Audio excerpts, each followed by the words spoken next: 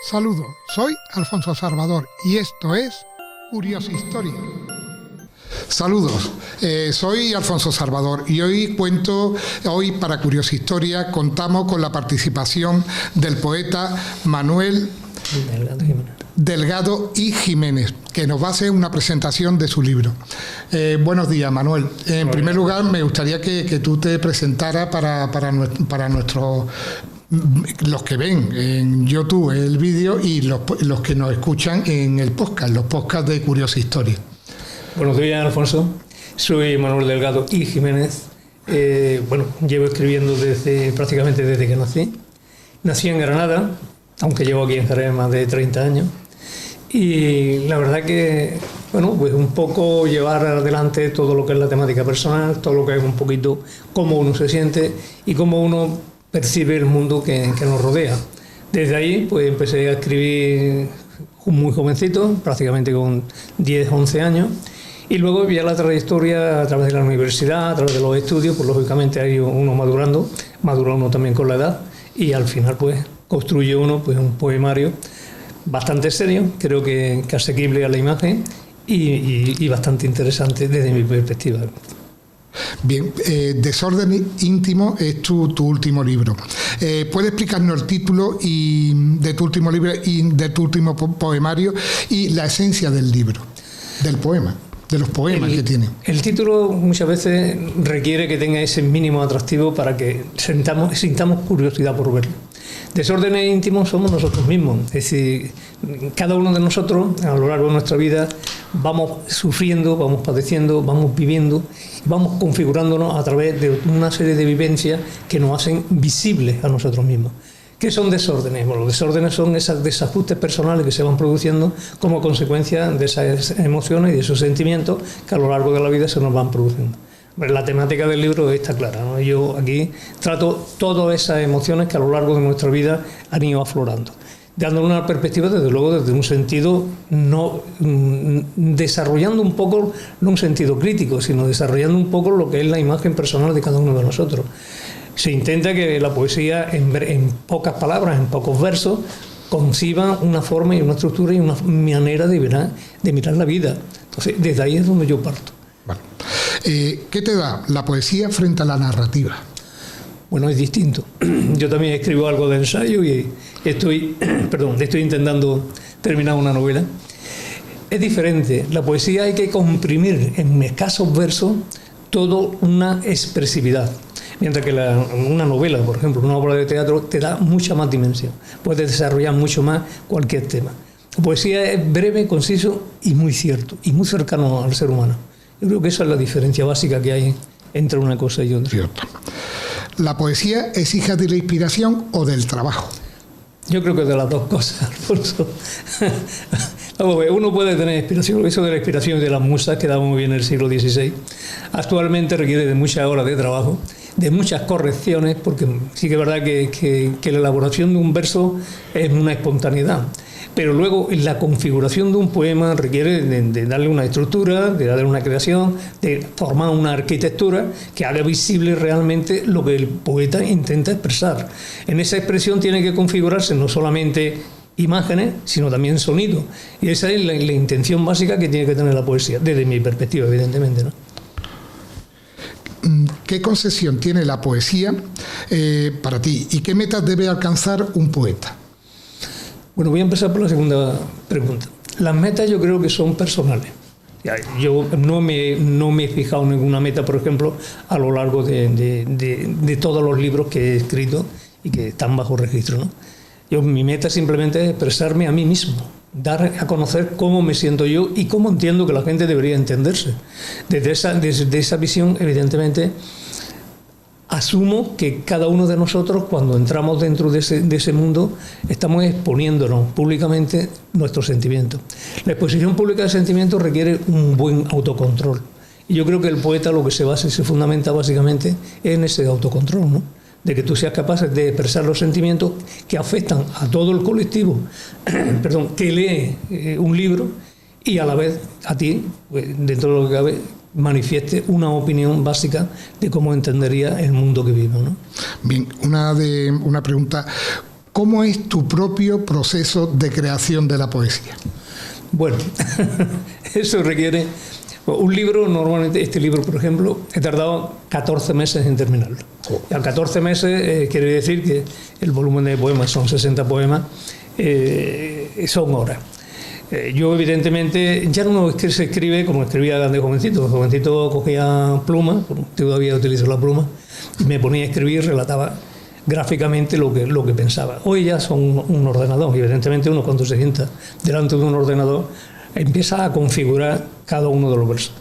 Pero cuando termina, tienes que repasarlo. Una vez que lo has terminado de repasar, vuelve otra vez a repasarlo, porque juega con la lingüística, con la puntuación, con la semántica, con el orden de los poemas y con, en definitiva, la imagen que estás creando de esa arquitectura que es el poema. Porque el poema, en definitiva, no son 14 versos sueltos, son 14 estructuras diferentes que lo que pretenden es acercar a la persona que termine leyéndolo a una imagen que tú has creado ya previamente, ¿no?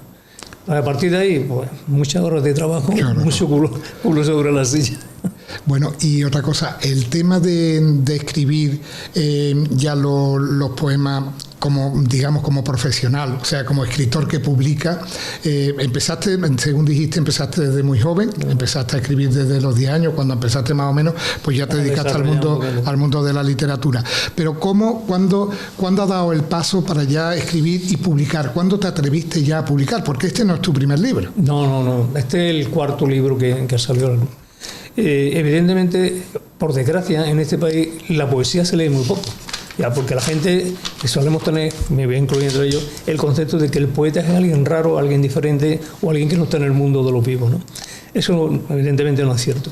¿Qué ocurre con esto? Que las editoriales no se lanzan normalmente con una fluidez a cualquier tipo de publicación, con lo cual terminas siendo autoeditor tú mismo.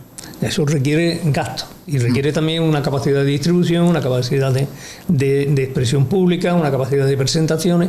Todas esas cosas influyen a la hora de un proceso. Hombre, yo llegué a un momento de mi vida en el que tenía que elegir entre sobrevivir o supervivir. Entonces, lógicamente, terminé trabajando. Entonces, eso me limitó mucho en el sentido de dedicarme única y exclusivamente a escribir como poeta. No quiere decir, porque yo tengo cantidad de textos y de poemas antiguos que están ahí guardados y que si algún día Dios quiere verán la luz, ¿no? Entonces, eso es la base fundamental. Yo creo que es que el problema que tenemos aquí es que no se lanzan las editoriales por el miedo a que fracase un libro. Y el fracaso de un libro es las expectativas que uno pueda crear. Yo creo que cuando uno se implica directamente en lo que es la producción, pues le va sacando fruto. Repito, ha sido 14 meses de desarrollo. Había otros que me he tardado prácticamente en 6 meses, estaban terminados, ¿no? Pero, repito, depende un poco de la capacidad que uno pueda tener para publicarlo después brevemente. Desgraciadamente en este país la base fundamental para ser un gran editor, un gran escritor es que ganes un premio Planeta, ¿no? Donde ya has resuelto prácticamente todo. Aquí el único premio que hay así más o menos serio es la Donai y te lo limitan en edades, con lo cual te excluyen muchísimo a muchísimos poetas que siguen escribiendo, que siguen desarrollando su trabajo, ¿no? La mayoría de los poetas comparan lo que es la narrativa en un punto de vista, como es una construcción, lo comparan. Para el poeta es como el hormigón, porque un poema o cuadra o no cuadra, y la narrativa es como un ladrillo a ladrillo, que va construyendo. Si una escena no te sale bien, bueno, pues un ladrillo te ha salido torcido, pues bueno, pues ya poner otro derecho, y lo van construyendo así. Ahora me gustaría, ¿qué poetas son para ti los referentes y de qué estilo? ¿En cuál te has involucrado más? Bueno, yo voy a hacer una lanzada, ¿no? Yo me siento identificado, evidentemente, con muchísimos poetas, porque yo creo que la influencia que uno recibe, lo recibe a lo largo de la vida de las lecturas que realiza. A mí, básicamente, fue la gran generación del 27, la que generó muchísimos cambios, entre ellos parte de la estructura. Cuando yo empiezo a escribir ya formalmente, que es cuando entro en la universidad, estábamos en un grupo de poetas y la directora que teníamos en el grupo nos decía que para terminar de construir un verso teníamos que haber aprendido a construirlo primero, ¿no? Es decir, la deconstrucción es una base fundamental del trabajo que se ha realizado y del aprendizaje que tú has hecho. Entonces, ¿qué ocurre? Eso a nosotros nos enseñaban que lo primero y básico y fundamental, si tú no conoces el sumar, no puedes llegar a decir que conozco el resto de artes, ¿no? Y aquí pasa lo mismo. Aquí tú tienes que aprender a construir poemas y una vez que has aprendido, los deconstruye, perdón. ¿Qué ocurre con esto? Que yo me identifiqué con parte de la generación del 27, no en cuanto en tanto a la temática, porque yo creo que la temática va con los tiempos, pero sí en cuanto a determinados valores, en el verso libre, en la capacidad de expresión que puedes generar, en la imaginativa que puedes desarrollar. Entonces, esas cosas fueron las que me fueron influyendo. Hombre, pero no descarto nunca a un León Felipe, no descarto a un Antonio Machado, no descarto a un Rubén Darío, no descarto a un Pablo Neruda. Es decir, yo creo que las influencias son de todo aquello que has consumido a lo largo de tu vida como literatura, y eso es lo que te va dando actualmente la forma de enjuiciar un poco la poesía que tú haces. Poesía. Pero, en fin, Manuel, pero hay una cosa. ¿Cuál fue más o menos el de cabecera? Porque ha hablado en general, ha dicho de mucho, pero uno específico así que te haya llamado más la atención o que te haya influido más o que tú lo tengas como un paradigma y reconozca que es especial, que tiene algún encanto especial. Para mí no es uno, son dos. Básicamente yo mamé la fuente con Antonio Machado. Yo creo que es uno de los mejores poetas que hemos tenido, por no decir el mejor de los que hemos tenido en nuestro país, y luego con Miguel Hernández. O sea, para mí la poesía de Miguel Hernández es una poesía muy directa, muy abierta, independientemente de que sea o no ideológica, pero sí que abre muchísimas puertas al sentido de la vida, ¿no? Y yo creo que eso es importantísimo. Para mí la vida es fundamental. El día que eso nos acabe, Dios dirá, ¿no? Pero es fundamental. Y yo creo que esos dos poetas fueron los que me abrieron a mí esa luz a seguir construyendo. Yo no dejo a mi poeta de cabecera también, a Federico García Lorca, porque la imaginativa de Federico García Lorca para mí es excepcional, ¿no? Pero está ahí, ¿no? Y hoy muy, muy en boga, ¿no? Manuel, ¿qué es lo que más te ha costado en Desórdenes Íntimos? ¿Cuál es el que más te ha costado de todos tus poemas que van en este libro? ¿El que más te ha costado? Bueno, eso yo diría como es cuando le preguntan a la mujer cuál es el parto que ha sido más sencillo. Yo creo que todo porque en definitiva, más extenso, menos extenso, más profundo, menos profundo, indudablemente generan una necesidad de creación. Y esa creación, como decía antes, es un parto. O sea, tienes que medirlo, procesarlo, llevarle efecto y al final terminar. Yo no le pondría nombre a ninguno. Yo creo que cada uno de nosotros cuando estamos leyendo, vamos sintetizando aquello que más nos llama la atención. Y en esa síntesis es cuando nos damos cuenta qué es lo que nos ha influido. Entonces, a lo mejor parte de un poema, un verso suelto.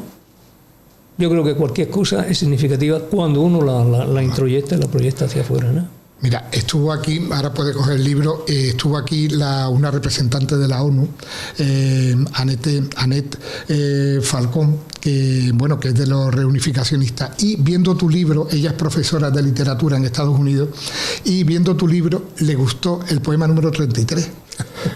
Le gustó, entonces cogió tu libro y dice, oye, pues se lo dice al autor que me ha gustado mucho, lo estuvo ojeando y le gustó muchísimo tu poema, o sea que incluso detrás del charco en Estados Unidos, en Puerto Rico, porque ella es de Puerto Rico, bueno, pero es profesora, 30 años de profesora en Estados Unidos en los colegios, y le gustó mucho ese poema. Pero también tú tienes otro poema que ha sido que le han puesto música, y entonces es un poema de verdad que si lo llega a cantar Sabina hubiera sido un pelotazo impresionante. ¿Qué te pareció y qué te gratificó? ¿Fue muy gratificante eso de que le pusieran música? Bueno, yo te voy a referir lo que decía antes. Cada uno de nosotros cuando está leyendo un libro de poemas, evidentemente hay unos que te influyen más que otros. Incluso yo como autor puedo decir que hay poemas que en un momento determinado, pues bueno, pues te encajan más o menos en la perspectiva, porque la creación es un momento, y en ese momento, una vez que pasa, pues ya has perdido ese sentido, esa sensibilidad. Y es indudablemente que para mí es un orgullo. Primero que alguien ya se haya manifestado diciendo que efectivamente es así.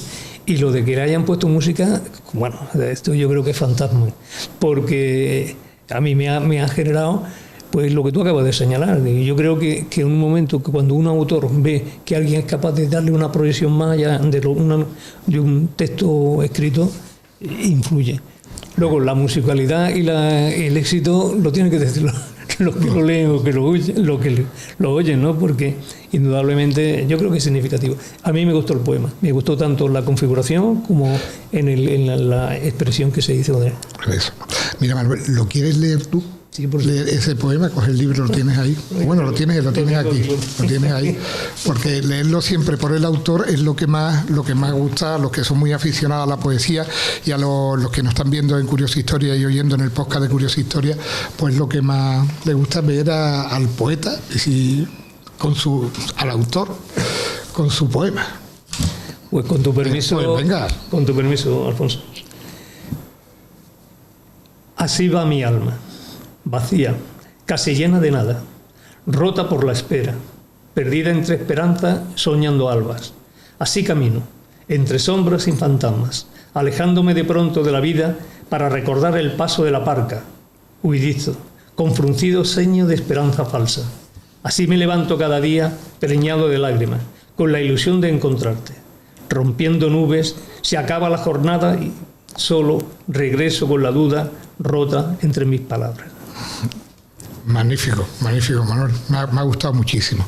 Ahora también una cosa que la mayoría de los escritores, la mayoría de los artistas, pues tienen cierta manía.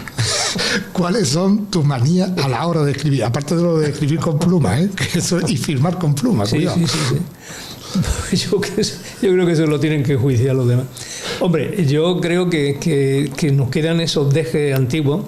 Por eso decía, efectivamente, yo sigo utilizando la pluma como forma de escritura. Me adapto más a ella. A mí me gusta escribir a mano. Yo hago muchos ensayos escribiendo a mano. Lo que pasa que, bueno, hoy formalmente tú no puedes presentar un libro en un manuscrito. Lo tienes que presentar en un formato ya predefinido. Pero yo creo que la única manía que me queda a mí es un poco el momento. A mí me cuesta sentarme a escribir. Sí que es verdad que cuando estoy y me siento directamente, me inhibo completamente del mundo que me rodea, me introyecto dentro de lo que estoy haciendo y desaparezco del mundo de los vivos. Pero yo sí no señalaría un punto que me lo digan los críticos. Bueno, pero ¿tiene algún sitio especial donde tú quieras escribir? Sí. Aparte, ya has dicho el momento, pero ¿algún sitio especial? Hombre, yo en eso mi despacho y repito, aislado completamente. O sea, yo me meto en mi despacho y me da igual el mundo que me rodea. Vamos, de hecho, muchas veces está mi familia, está mi señora, están unos niños por allí y estoy desaparecido del mundo de los vivos. Me aíslo muy bien. Ya más o menos ha dicho que tu sitio preferido es tu despacho. O sea, escribe en tu sitio de confort, ¿no? Donde tenemos nuestro sitio de confort. Es tu sitio de confort. Bien, Manuel, ¿y alguna cosa más que tú quieras añadir a este tema? Bueno, indudablemente darte las gracias de antemano. Invitar a los lectores a leer el libro, no solamente el mío, sino que hay muchísimos poetas aquí en Jerez que yo creo que tienen significación y que es interesante. E invitarles a que en octubre sigo firmando ejemplares ahí en la Feria del Libro, ¿no? Si alguien quiere tener ese interés de conocerme o de conocer la obra, yo le invito. Y sí que es verdad que lo que antes señalaba es cierto. Yo creo que la poesía hay que reivindicarla como una forma de cambio cultural y también de proyección, porque nos enseña un poquito a mirar en nosotros mismos y a tomar nuestro propio criterio. Y yo creo que ese es el punto de partida para ser un poquito más humanos, ¿no? Más humano. ¿Dónde pueden comprar el libro las personas que estén interesadas? Bueno, ahora mismo, y lo pondremos también en las notas, ¿dónde pueden comprarlo? Ahora mismo se puede adquirir básicamente en dos librerías, bueno, en la propia editora, que en Primaluce, en el Espacio Abierto y en la Luna Nueva. La Luna Nueva sigue teniendo ejemplares y bueno, hasta que se agoten van a seguir por ahí. Pues nada. Bueno, Manuel, pues nada, desde aquí pues darte las gracias por estar con nosotros, por haber compartido estos momentos de la creación de tu libro, que es como un hijo, porque tener desórdenes íntimos es como dar a algún hijo, una cosa que ha salido de ti y todo eso. Bueno, y a todos las personas que nos están escuchando pues y viendo, pues darle las gracias y un saludo virtual a todos. Así va mi alma vacía, casi llena de nada, rota por la espera, perdida entre esperanzas.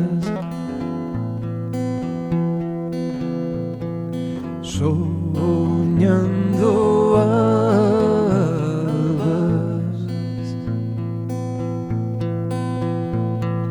albas. Así camino entre sombras y fantasmas, alejándome de pronto de la vida, para recortar el paso de la barca, huidizo con fruncido ceño de esperanza falsa. Así me levanto cada día, preñado de lágrimas, con la ilusión de encontrarte.